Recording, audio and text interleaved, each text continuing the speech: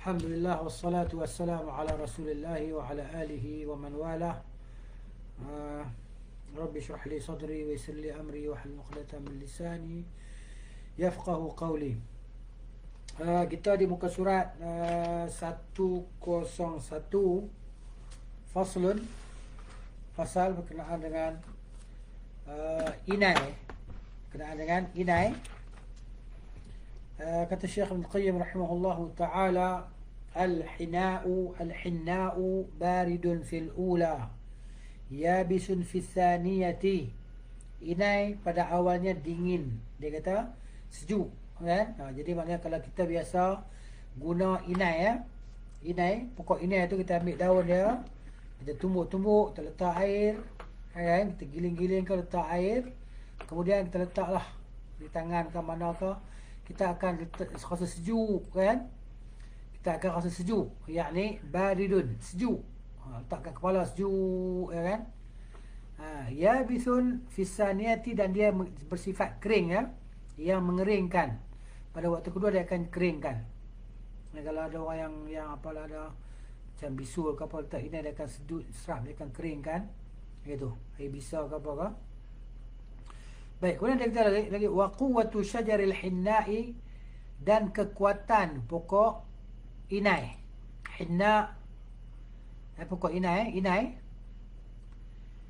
Wa aghsaniha, dan dahan-dahannya. Kekuatan pokok inai dan dahan-dahannya murakkabatun,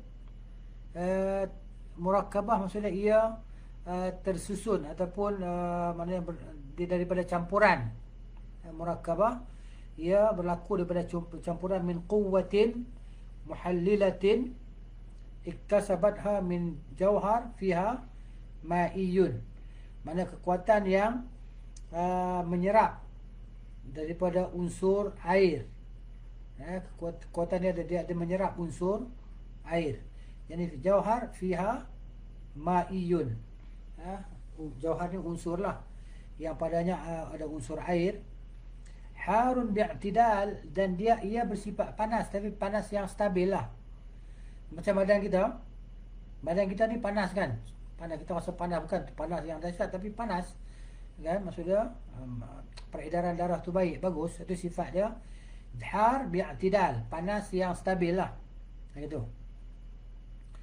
Wa min quwwatin qabidah, dan daripada mana ia maknanya dia punya murakkabah yang bersusun ataupun bercampur kan, daripada kekuatan yang qabidah, yang menggenggam. Qabidah ni yang mengambil, yang menggenggam lah maksudnya, yang mengikat. Ada kita diterjemah mengikat kan, kekuatan yang boleh mengikat. Iktasabatha min jauhar fiha ardiyun baridun, yang berasal dari unsur tanah yang dingin pula. Ini kelebihan pokok inai. Jadi maknanya kalau kita pun digunakan secara turun-temurun lah pokok inai ni kan. Baik. Sebenarnya kata Ibn Qayyim rahimahullah, wa min manafi'ihi, dan daripada manfaatnya, manfaat inai, annahu muhallilun, dia ni mana bersifat muhallil, maksudnya melegakan kan? Bersifat melegakan, muhallil. Nafi'un min harqin nar, dan ia memberi manfaat, dia bermanfaat untuk orang yang kena api umpamanya. Kena api, dia tampal, dia lumat-lumatkan inai campur air tadi, maka dia tampalkan di tempat kena api tu dah. Yang hak panas tadi kan sejuk. Sebab kita ni kalau cedera disebabkan api ya, dia punya pedih tu tahan, dia pedih tu lebih lama daripada kita cedera kena pisau. Kalau kita guna pisau yang tajam tu kan, pisau tajam, kena tangan kita luka berdarah, dia punya pedih tak lama, sekejap. Tapi kalau kena api pada kulit kita, dia punya pedih tu lama kan. Pedih hangat tu lama. Cedera kena api tadi. Sallallahu alaihi wasallam. Jadi maknanya ditampalkan padanya inai lah, diletakkan padanya inai, dia akan bersifat sejuk. Ya, dia bermanfaat untuk orang yang kena cedera, kena api lah. Wa fiha quwwatun muwafaqah, dan padanya ada kekuatan yang sesuai. Ya, quwwatun muwafiqah lil asab, sesuai bagi saraf, kan, saraf sakit urat, kan, maknanya ada kekuatan yang boleh membantu untuk al-asab. Asab ni kita saraf atau urat lah, urat saraf, kan. Idza dhummida bihi, apabila digunakan, dibalutkan dengannya, dibalutkan tadi, idza wa yanfa'u, dan ia memberi manfaat inai itu, idza mudigha, apabila dikunyah daun dia. Maknanya kita tak usah makan daun inai ni kan, dikunyah. Min quruh, dia bermanfaat untuk apa? Min quruhil fam, maksudnya luka dalam mulut ni pecah-pecah, kan panas kan, dia jadi macam pecah dalam mulut, dia jadi macam biji-biji merah dalam mulut tu, kemudian pecah, dikunyah daun dia, kan. Wasulaq al-arid fihi, maksudnya dia kata infeksi mulut dan sariawan. Jadi sariawan apa dia terjemah bawah tu 119 tu, sulaq adalah bisul kecil yang keluar pada pangkal lidah dan mengelupas dalam pangkal lidah, maksudnya pecah, merah tu kan, pedih, nak makan tak boleh. Jadi dikunyah daun inai. Daun inai macam mana? Daun tak salah, daun inai nama pokok inai kan. Jadi maknanya pokok inai tu kita kenal kan, sangat kita kenal lah pokok inai tu, utamanya kaum wanita, mereka sangat kenal pokok inai, kan. Biasanya ditanam di rumah-rumah kan, daun tu akan digunakan untuk dibuat warna lah, warna, biasanya warna kuku kan, dia orang buat warna pada kuku dan rambut tu kan. Rambut tak tahu lah, mungkin dicampur dengan bahan lain, wallahu a'lam.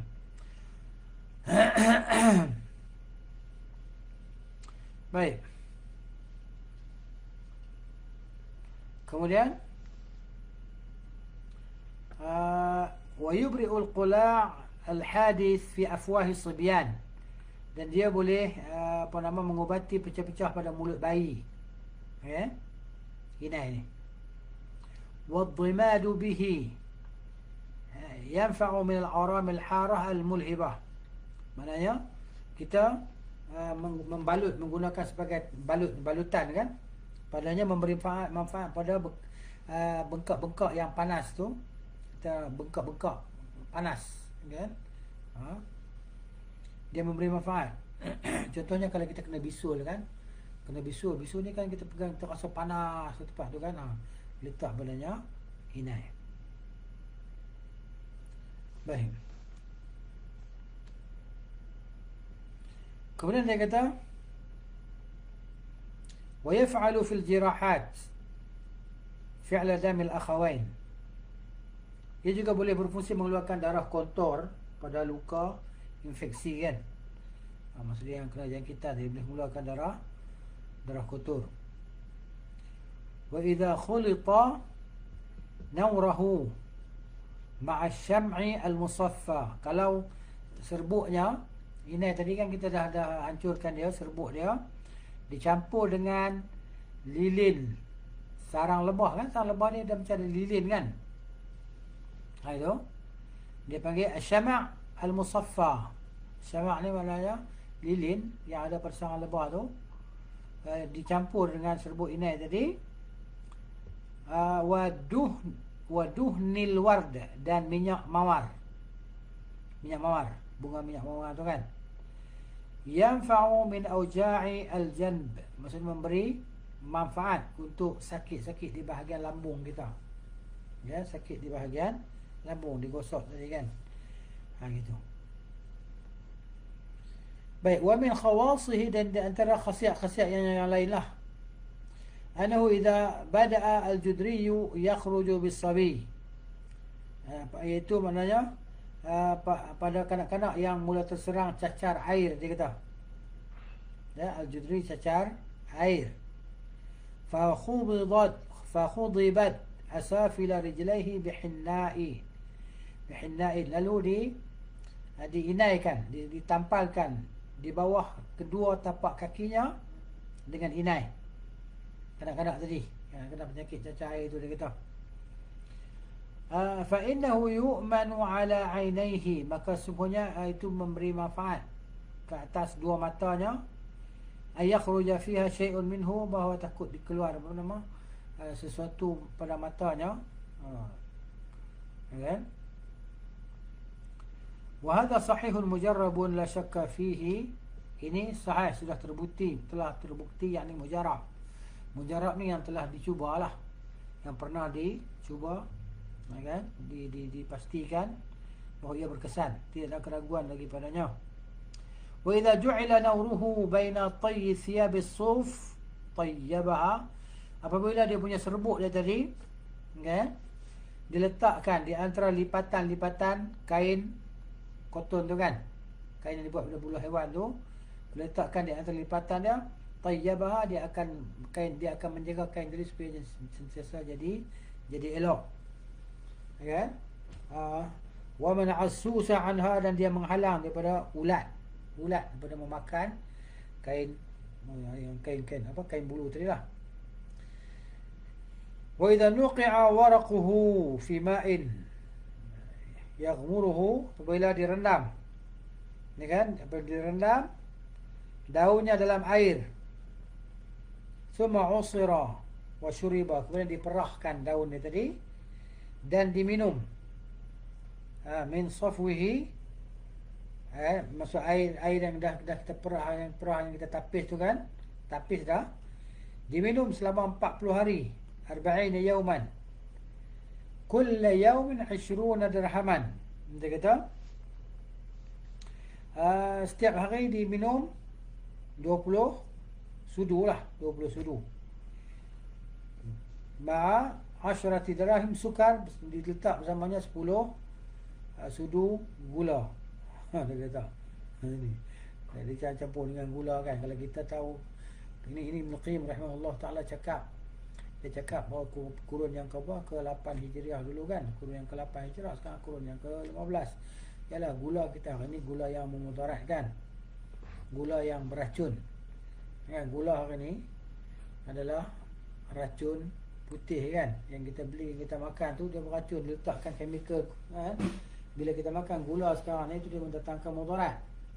Jadi maknanya kenalah penyakit kencing manis dan sebagainya, gaut lah, buah pinggang lah, jantung lah dan sebagainya. Punca-punca ni sebagian ditetapkan oleh sebagian doktor, tabib, maknanya punca dia daripada gula kan, gula yang ada sifat apa nama pemutih apa semua tu kan. Kalau orang dulu gula mereka dia buat dengan yang alami lah, macam kalau kita di sini ada pokok tebu kan, dia ambil oleh pokok tebu tanpa campur, dia masak sebagai apa, manisat tebu tu kan. Lepas tu daun stevia, wallahu a'lam, stevia ni sejak bila dikenali saya tak tahu, wallahu a'lam kan. Pemanis kan, jadi gitu yang tidak mudaratkan lah, yang tidak mudarat. Tapi kalau gula ni memang gula sekarang lah, gula kita sekarang ni maknanya jelas-jelas dia memberi mudarat. Jadi memang sedap di lidah lah, sebab nak buat kek, nak buat kuih mesti ada gula. Ya kalau kuih tak bergula memang tak sedap lah kan, kecuali lempeng pun tak, lempeng wallahu a'lam lah tak gula atau tidak kan, gitu. Baik.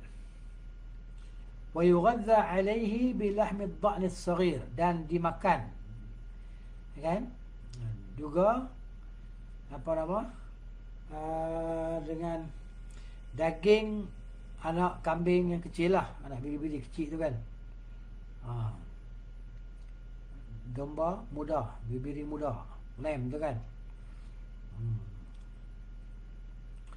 Fa innahu yanfa'u min ibtida'il judam bi khasiyatin fihi ajibah. Dia boleh mengubati, memberi manfaat pada penyakit apa nama al-juzam ni, kusta ni tu lah ya, secara ajaib sekali pada permulaan penyakit tu lah ya, al-juzam, kusta. Wa hukiya, dan diceritakan, dikisahkan, anna rajulan, bahawa seorang laki-laki tashaqqaqan adhafiru asabi'i yadihi, Ada seorang laki-laki, kata Ibn Qayyim rahimahullah ta'ala, kuku-kuku dia, kuku-kuku jari kuku-kuku tangan dia, jari tangan dia pecah-pecah. Kuku dia pecah-pecah. Tasyaqqaqatnya pecah. Wa annahu badala liman yubri'uhu malan, dan dia mengeluarkan duit yang banyak untuk berubat tangan dia tadi, kuku dia yang pecah-pecah tadi. Falam yajid, tapi dia tidak menemui siapa yang dapat mengubati penyakitnya. Fawasafa lahu imra'atun, lalu ada seorang wanita datang menemui dia dan cerita kepada dia, bagi resepi ubat lah. Satu wanita datang bagi resepi ubat ni, iaitu an yashraba 10 ayyamin hinna'a, bahawa dia minum 10 hari untuk turut inai. Inai yang inilah, dia apa, ditumbuk, dia ambil air dia ditapis tadi kan, minum selama 40 hari. Ya, selama 10 hari minum air rendaman inai. Falam yuqdim alaihi, tetapi dia tidak melakukannya. Orang ada perempuan tu suruh dia buat, dia tak buat. Dia tak tahu, tak kisah, tak buat. Thumma naqa'ahu bima'in, kemudian selepas tu dia pun cuba tengoklah. Dia ambil bekas air, kemudian dia ambil inai tu, dia rendam. Dia rendam. Wa syaribahu, dan dia meminumnya. Fabari'a wa raja'at adhafiruhu ila husniha, lalu dia sembuh daripada penyakit itu, dan kuku-kukunya yang pecah-pecah tadi kembali semakin elok. Jadi semakin elok. Wal hinna'u idza ulzimat bihi al-adfaru ma'junan hassanaha wa nafa'aha. Inai ni kalau kita dah tumbuk-tumbuk dia dengan air sehingga dia jadi macam apa, betul-betul melekit tu kan, lalu kita letakkan di jari, di hujung-hujung jari kan, tu letakkan di bahagian kuku-kuku ni kan, maka dia akan mengelokkan kuku dan memberi manfaat pada kuku. Ni dia. Kemudian wa idza ujina bis-samni, apabila dia tu diuli apa? Dibuat doh. Kan, diuli dengan asaman. Saman ni minyak sapi lah. Minyak sapi. Okey, minyak sapi ataupun kita kata iyalah minyak sapi. Wa dhummida bihi baqaya al-awram al-harrah, lalu dibalut pada baki-baki bekas-bekas apa nama, bengkak-bengkak kan di badan dia tadi, yang ada lagi kesan-kesan bengkak tu, allati tarshahu ma'an asfar, yang mana bengkak-bengkak tadi dia mengeluarkan air bisa kan, air bisa. Nafa'aha, nasihat dia akan memberi manfaat. Kemudian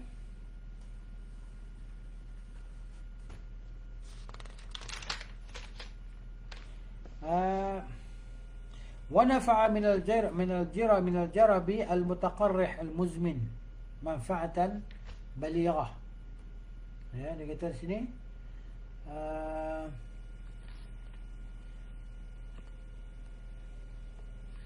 ia boleh apa nama, menyembuhkan penyakit kulit ni, penyakit kulit, jarab al-mutaqarrih, penyakit kurak macam itulah kan, yang luka berbisa tadi kan, dia dapat memberi manfaat yang sangat, kesan yang sangat baiklah. Wa huwa yumbitu sya'ra wa yaqawihi, dan dia juga bersifat boleh menumbuhkan rambut dan menguatkan rambut. Wa yuhassinuhu wa yaqawi ar-ra'sa, dan dia akan mengelokkan rambut dan menguatkan kepala. Wa yanfa'u, dan ia memberi manfaat minan nafatat wal buthur al-aridah. Kan maksudnya kalau ada bisul-bisul yang kulit penyakit ada bisul kan, jerawat ke apa ke, ataupun biji apa, bisul-bisul yang keluar di betis dan dua kaki dan seluruh badan, yang juga memberi manfaat. Ditambah-tambah lah di situ kan, itu dia memberi manfaat. Kalau sakit bisul kita rasa berdenyut nanti kan, kita rasa berdenyut, dia isap tu kan, air bisa tu, itulah dia, tidak akan kering lah. Habis itu. Maksud pula fasal fi hadihi sallallahu alaihi wasallam, pada petunjuk Nabi sallallahu alaihi wasallam, fi mu'alajatil marda, dengan pada dalam mengubati orang-orang sakit, bitarki a'ta'ihim, dengan meninggalkan, daripada memberikan kepada mereka, ini dengan tidak memberikan kepada mereka ma yakrahunahu, sesuatu yang mereka tidak suka padanya, minat ta'ami wasyarab, daripada makanan dan minuman. Wa annahum la yukrahuna ala tanawulihima, dan sungguhnya mereka tidak dimakruhkan untuk mengambil sebarang makanan tadilah. Cumanya kalau mereka tak nak makan, dia tak boleh paksa nak makan, tak boleh paksa. Dan sebab dia tak boleh makan, ada sebab dia. Bila di sini rawa at-Tirmidzi fi jami'ihi, al-Imam at-Tirmidzi rahimahullah telah meriwayatkan dalam jami'-nya, Jami' at-Tirmidzi wa Ibn Majah, daripada Uqbah bin Amir al-Juhani, qala Rasulullah sallallahu alaihi wasallam, la tukrihu mardakum 'ala at-ta'ami wasyarab. Maksudnya, jangan kamu paksa orang sakit di kalangan kamu untuk makan dan minum. Kita pun suruh dia makan, paksa dia makan. Dia tak nak makan, tak lalu makan, paksa juga dia makan, tak boleh. Kan Nabi larang. Nabi kata la tukrihu mardakum 'ala at-ta'am wasyarab fa inna Allah 'azza wa jalla yut'imuhum wa yusqihim. Kerana Allah Azza wa Jalla yang beri makan kepada mereka dan memberi minum kepada mereka. Ini dia hadis dalam Sunan At-Tirmizi dan Ibnu Majah lah, dalam sunannya. Qala ba'du fudala'il atibba, berkatalah sebahagian daripada fudala'il atibba, maksudnya tabib-tabib yang terkenal ni, tabib-tabib yang terbaik ni, katanya, ma aghraza fawaid hadhihi al-kalimah an-nabawiyyah al-mushtamilah ala hikamin ilahiyah. Dia kata sungguh maknanya hebat faedah-faedah apa nama daripada kalam perkataan kenabian tadi, kan? Mengenai pelajaran yang tidak ternilai, dia kata sungguh ucapan Nabi SAW termasuk tersebut mengandung pelajaran yang tidak ternilai harganya, mengandung hikmah-hikmah ilahiyah, terutama sekali bagi kalangan medis, para perubatan, ahli-ahli pengobatan. Kerana bila orang sakit sudah tidak berselera makan dan minum, sebabnya adalah kerana secara alami tubuh bekerja keras, dia kata, ya, ini secara alami tubuh bekerja keras melawan penyakit, atau kerana bimbang, kerana memang sekadar hilang atau berkurang nafsu makan sahaja, kerana insting panas berkurang, suhu panas berkurang atau melemah, tekanan panas dalam badan tu kan. Apa-apa penyebabnya, dalam kondisi demikian memang tidak layak memberikan makan kepadanya. Orang sakit yang tak nak makan, jangan dipaksa makan. Kemudian harus diketahui bahawa rasa lapar adalah hajat anggota tubuh, kan? Jadi kita ni kalau sampai satu masa, sampai waktu tengah hari, daripada pagi kita tak makan, tak sarapan apa, tengah hari kita akan rasa berkeroncong perut kita kan. Oh lapar kan, ni lapar ni, gitu. Jadi dia kata harus diketahui bahawa rasa lapar adalah hajat anggota tubuh terhadap makanan, agar tubuh dapat menyerap sesuatu dari makanan yang bisa menggantikan sesuatu yang hilang darinya. Tenaga, makanan jadi tenaga kan. Bila dia tak ada tenaga, jadi maknanya badan diperlukan tenaga daripada makanan tadi.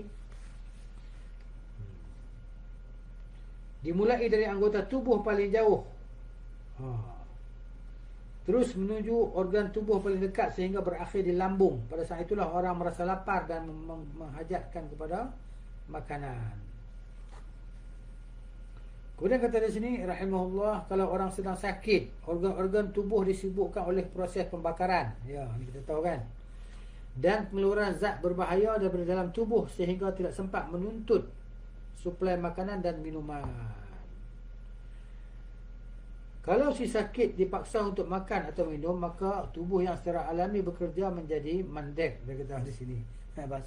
Bahasa Jawa, gitu. Jadi mana menjadi lemah lah, longlai, ngantuk, lesu, ya, maka tubuh yang secara alami bekerja menjadi lesu. Organ tubuh akan sibuk mengolah makanan sehingga tidak sempat melakukan pembakaran terhadap materi berbahaya, bahan-bahan berbahaya yang ada di dalam makanan tadi, ya, untuk dikeluarkan daripada dalam tubuh. hal itu tentu saja membahayakan si sakit, terutama sekali pada saat akut. Apa dia? Punah tu, ini kondisi tentu di mana penyakit sedang parah-parahnya. Pandemik lah. Pandemik. Kita telah habiskan era pandemik, berada di era endemik kan. Atau saat tubuh sedang panas atau lemah, sehingga semakin memperparah demikian, memperparah kondisinya, mempercepat bencana yang ditakutkannya. Dalam kondisi demikian, organ tubuh tidak boleh digunakan untuk bekerja, kecuali sekadar menyantap sesuatu yang dapat menambah stamina dan menguat kemakan tubuhnya tanpa memaksa tubuh mengonsumsinya secara paksa.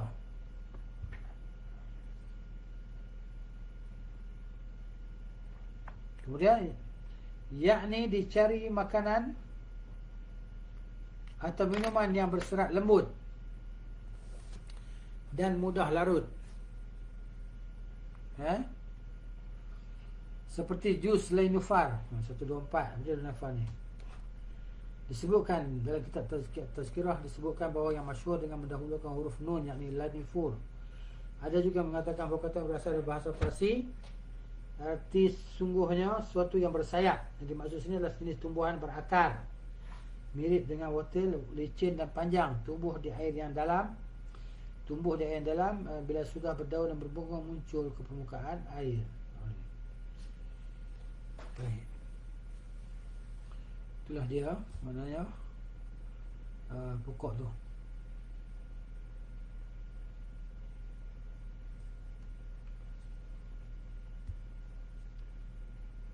Kemudian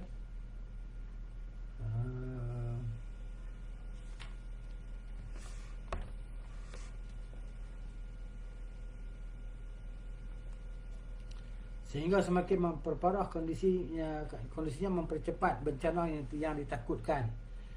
Dalam kondisi demikian, organ tubuh tidak boleh digunakan untuk bekerja kecuali sekadar menyantap sesuatu yang dapat menambah stamina dan menguatkan tubuhnya tanpa memaksa tubuh mengonsumsinya, maksudnya memakannya lah secara paksa. Yakni dicari makanan atau minuman yang berserat lembut dan mudah larut seperti jus Lainufar disebut tadi kan.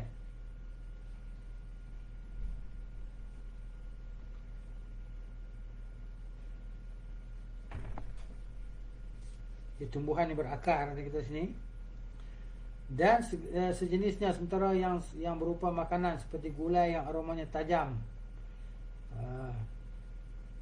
dia kata memompa stamina dengan aroma yang sedap dan membangkitkan selera, serta berita-berita yang menyenangkan, kerana seorang doktor adalah pelayan dan penolong manusia, bukan perosak manusia.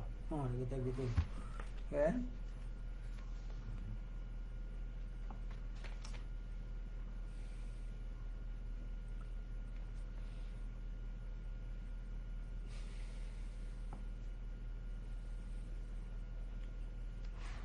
Harus diketahui bahawa darah yang baik bisa menjadi pengganti makanan untuk tubuh. Darah yang baik ni menjadi ganti makanan pada tubuh kita.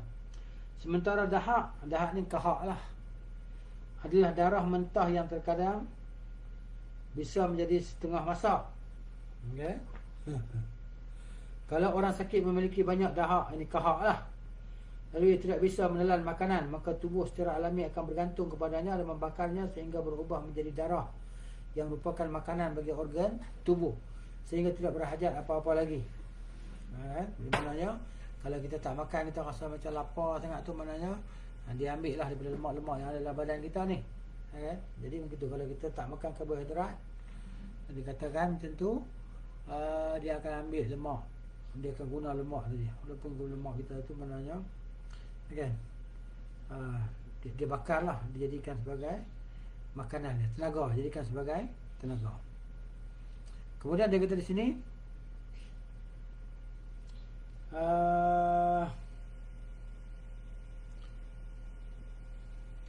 dan membakarnya sehingga berubah menjadi darah yang merupakan makanan bagi organ tubuh, sehingga tidak berhajatkan apa-apa lagi. Unsur alami tubuh adalah energi. Unsur alami tubuh kita adalah energi, tenaga yang diciptakan oleh Allah untuk secara aktif mengatur dan menjaga kesihatan tubuh. Bahkan terus menjaganya sepanjang hidup. Dan bila sampai masa kita sakit, sakitlah. Kan? Kerana sakit tu dia mencucikan dosa-dosa kita. Bila sampai dia mati, maka matilah. Kenapa? Kerana habis ajal kita, habis rezeki kita, sampai ajal kita, maka kita pun mati. Kemudian terkadang harus diketahui juga, meskipun jarang, orang sakit juga perlu dipaksa untuk makan dan minum. Kat sini kita macam tu. Yakni pada kasus-kasus penyakit, kes-kes penyakit yang berhubungan dengan beban mental. Penyakit yang berkaitan dengan mental ni, otak ni kan. Kena paksa dia makan. Baik. Dengan dasar ini maka hadis tersebut termasuk kategori bersifat umum, namun bisa diberi kekhususan. Kan? Asalnya umum tapi boleh dikhususkan. Atau termasuk dalil umum yang terkadang dengan adanya dalil lain bisa diberi pengecualian. Arti hadis di atas bahawa orang-orang sakit terkadang bisa bertahan hidup tanpa makan berhari-hari, yang mana orang sihat saja tidak mampu melakukannya. 3 hari dah tak makan, demam. Kita kan 1 hari kan, maknanya berapa kali kita makan, begitu.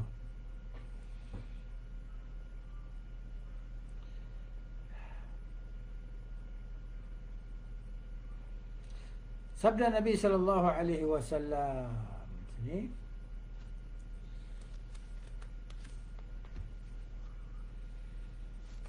sesungguhnya Allah lah yang memberi makan dan minum kepada mereka, mengandungi pengertian lembut lebih dari sekadar yang sering diungkapkan oleh kalangan medis atau ahli perubatan. Ya? Pengertian itu hanya bisa difahami oleh orang yang memiliki perhatian terhadap gerak hati dan jiwa serta pengaruhnya terhadap kondisi normal tubuh atau reaksi tubuh secara alami kerananya. Begitu. Sebagaimana hati dan jiwa juga seringkali bereaksi akibat kondisi tubuh secara normal, di sini kami sekadar menggarisbawahi suatu hal. Kami tegaskan bahawa apabila jiwa itu merasa masyghul, jiwa ini disibuk, masyghul, kan? Kerana memikirkan yang dia cintai atau kerana sesuatu yang dia benci atau yang membuatnya takut, maka seseorang akan kehilangan selera untuk makan dan minum. Itu di antara sebab puncanya. Bahkan ia tidak merasa lapar dan haus, juga tidak merasa kedinginan atau kepanasan. Bahkan yang tidak sempat lagi merasakan rasa sakit, yang bagaimanapun dahsyatnya ia tidak merasakannya lagi sama sekali. Setiap orang pasti pernah merasakan hal semacam itu, kata Ibn Qayyim. Maksudnya setiap orang mesti pernah ni, sekali-sekala. Gitu. Kalau jiwa seseorang sudah sibuk dengan hal yang menyedihkan hati sehingga tenggelam di dalamnya, tidak akan merasakan lagi rasa lapar yang melilit. Itulah orang tua kita kata apa? Makan tak kenyang, macam mana? Makan tak lalu, makan mandi tak basah. Sampai macam tu sekali kan. Jadi maknanya hati dia sedih sampai dia tak ingat nak makan dah. Tak maksud nak makan dah. Baik, kalau perasaan yang mengganggu hati adalah hal-hal yang menyenangkan, membangun sugesti, maksudnya membangunkan semangat tubuh kita, maka ia bisa menggantikan posisi makanan. Kita seronok yang amat sangat sampai terlupa nak makan. Kawan-kawan datang rumah ramai, seorang datang kan, dia seronok nak jamu kawan-kawan dia makan, dia pun tak makan. Kenapa? Dia terlupa nak makan. Seronok sangat tadi. Gitu. Sampai dia rasa kenyang. Stamina juga bisa kembali, bahkan berlipat ganda. Sirkulasi darah, pengaliran darah mengalir dengan baik seluruh tubuh sehingga dampak di permukaan kulit. Wajah menjadi cerah dan terlihat bias-bias darah di kulit wajahnya. Gitu. Kerana kegembiraan secara otomatis mempermudah sirkulasi. Sirkulasi ni peredaran darah kan, ke jantung, sehingga juga mengaliri seluruh pembuluh darah hingga penuh. Itu dia. Ini cerita pasal cerita pasal itulah orang sakit ni kan. Cerita pasal orang sakit yang dia kalau tak elok makan, kita tak boleh nak paksa dia makan. Kalau dia makan sikit, dia makan sikit. Begitu. Dengan demikian, organ-organ tubuh tidak lagi menghajatkan makanan seperti biasanya. Kalau sudah disibukkan dengan hal-hal yang lebih disukainya, macam kita kan, Sonok sampai lupa nak makan kan ni. Rumah kita buat open house kan, rumah kita buat kenduri kahwin kan, family kita kahwin kan. Jadi kita tunggu mana terlupa nak makan daripada pagi sampailah pukul 3 petang tak makan. Tak asal lapar langsung. Tak makan pun. Ini dia. Ini dia mana ditulis ni berdasarkan pengalaman dia dan apa yang dia belajar lah, apa yang dia dengar. Ibn Qayyim di sini rahimahullah taala. Baik, kulit wajah menjadi cerah dan terlihat bias-bias darah di kulit wajahnya. Kerana kegembiraan secara otomatis mempermudahkan sirkulasi darah ke jantung. Masa gitu. Jadi bila kita gembira, kita seronok kan, dia kata automatik darah tadi jadi apa?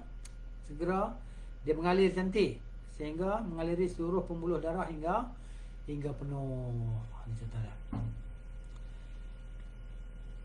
Dengan demikian, organ-organ tubuh tidak lagi berhajat kepada makanan seperti biasanya, kerana sudah disibukkan dengan hal-hal yang lebih disukainya.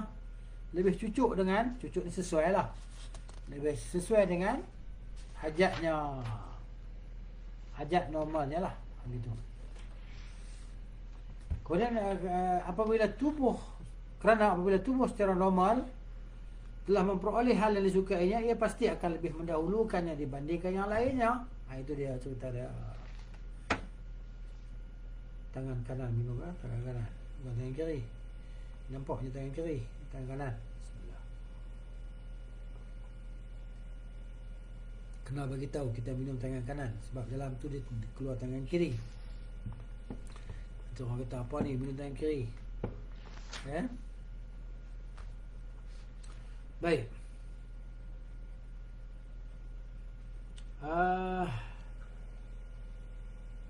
Tetapi kalau hal yang mengganggu hati itu bersifat menyakitkan, tadi sebaliknya lah, bersifat menyakitkan, membuat sedih dan menakutkan, hati atau jiwa seseorang akan berusaha memeranginya, melawan dan mempertahankan diri, sehingga tidak pula sempat menuntut suplai makanan. Tak sempat nak makan lah, lupa nak makan tu.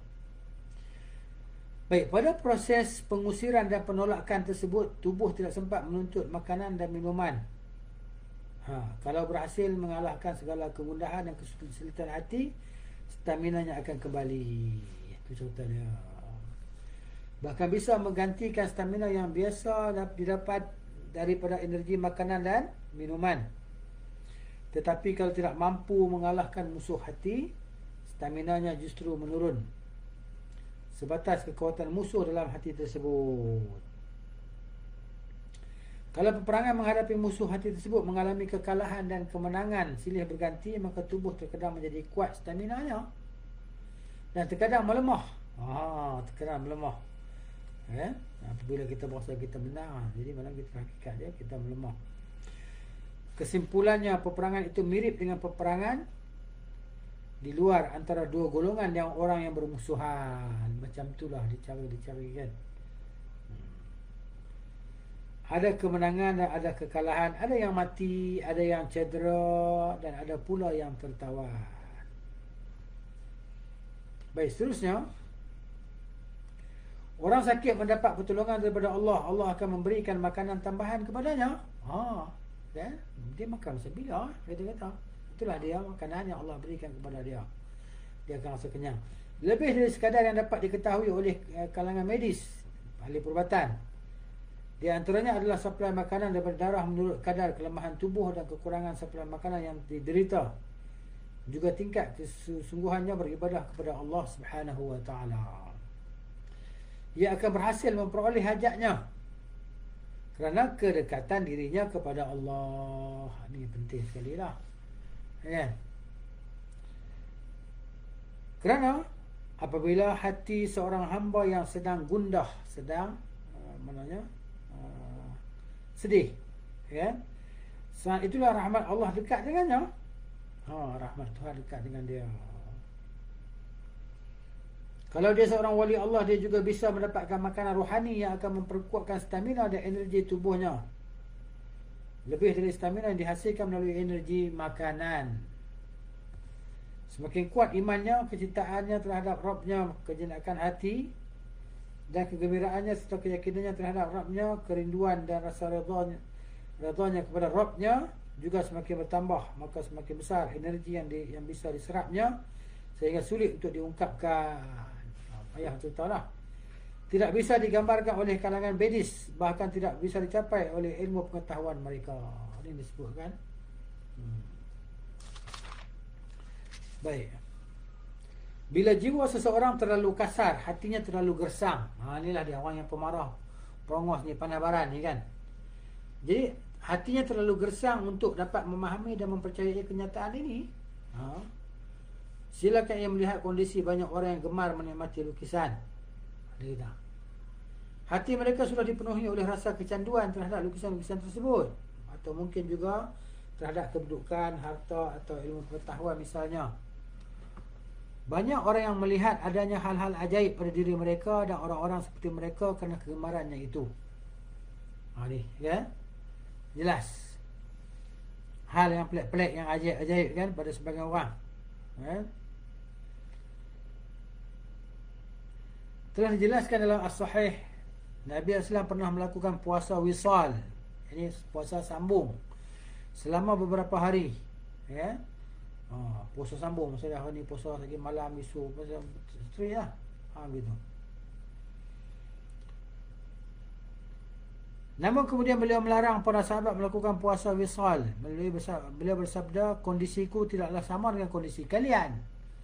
Keadaanku tak sama dengan keadaan kamu semua. Allah bagi aku makan, kamu sebab bagi kamu makan.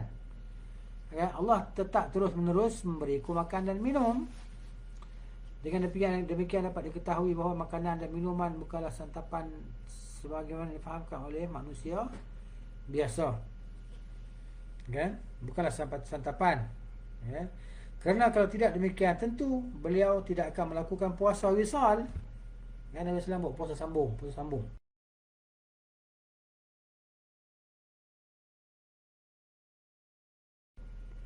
Bahkan beliau tentu juga tidak akan berpuasa, kerana beliau berkata, Allah tetap terus menerus memberikan makan dan minum. Kemudian kata Ibn Qayyim lagi rahimahullahu ta'ala, demikian juga Rasulullah SAW menjelaskan perbezaan antara beliau dengan para sahabat dalam melakukan puasa wisal. Ada sahabat yang tiru Nabi SAW kan. Nabi larang mereka tiru Nabi SAW dalam puasa wisal tadi. Beliau mampu melakukan yang tidak mampu dilakukan oleh mereka. Nabi kata Nabi mampu melakukannya. Kalau memang beliau makan dan minum sebagaimana bisa difahami sebagai makan dan minum, tentu beliau tidak akan berkata kondisiku taklah sama dengan kondisi kalian. Gitu. Hadis itu hanya difahami secara kasar. Demikian saja bagi orang yang hanya sedikit pemahamannya tentang makanan rohani dan makanan hati. Padahal makanan itu demikian kuat pengaruhnya pada stamina tubuh, bahkan berfungsi sebagai motivator dan makanan sihat. Lebih dari